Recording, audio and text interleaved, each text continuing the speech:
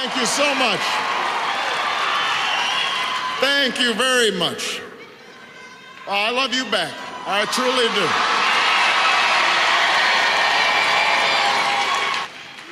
do. You know, there are those who were saying that North Carolina would be a game changer in this election.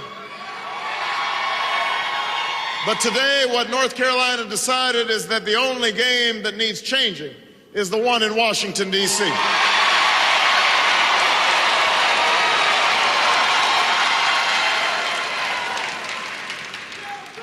I want to start by congratulating Senator Clinton on what appears to be her victory in the great state of Indiana.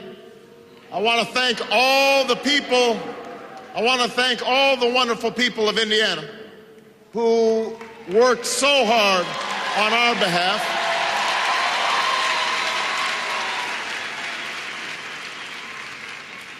The people in Indiana could not be finer. They worked tirelessly, and I will always be grateful to them. I want to thank, of course, the people of North Carolina.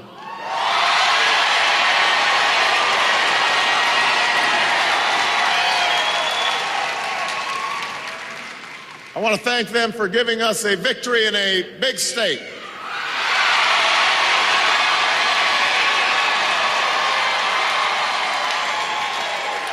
In a swing state, in a state where we will compete to win if I am the Democratic nominee for President of the United States.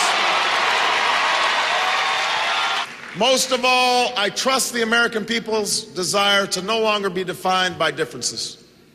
Because no matter where I've been in this country, whether it was in the cornfields of Iowa or the textile mills of the Carolinas, the streets of San Antonio or the foothills of Georgia, I found that while we may have different stories, we hold common hopes. We may not look the same or come from the same place, but we want to move in the same direction towards a better future for our children and our grandchildren. That's why I'm in this race. I love this country too much to see it divided and distracted at this critical moment in history. I believe in our ability to perfect this nation because it's the only reason I'm standing here today. I know the promise of America because I've lived it. Michelle has lived it. You have lived it. It is the light of opportunity that led my father across an ocean. It's the founding ideals that the flag draped over my father's coffin stand for. It is life and liberty and the pursuit of happiness. It's the simple truth I learned all those years ago when I worked in the shadow of all those shuttered steel mills on the south side of Chicago, that in this country, justice can be won against the greatest odds. Hope can find its way back from the darkest of corners. And when we are told that we cannot bring about the change that we seek, we answer with one voice. Yes, we can. So North Carolina and America, don't ever forget that this election is not about me or any candidate. Don't ever forget that this campaign is about you. It's about your hopes. It's about your dreams. It's about your struggles. It's about your aspirations. It's about securing your portion of the American dream.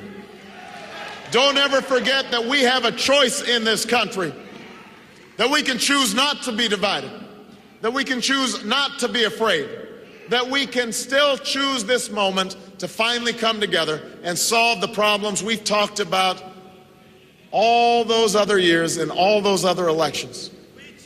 This time can be different than all the rest. This time we can face down those who say our road is too long, that our climb is too steep, that we can no longer achieve the change that we seek. This is our time to answer the call that so many generations of Americans have answered before by insisting that by hard work and by sacrifice, the American dream will endure. Thank you. Thank you, North Carolina. May God bless you and the United States of America. Thank you.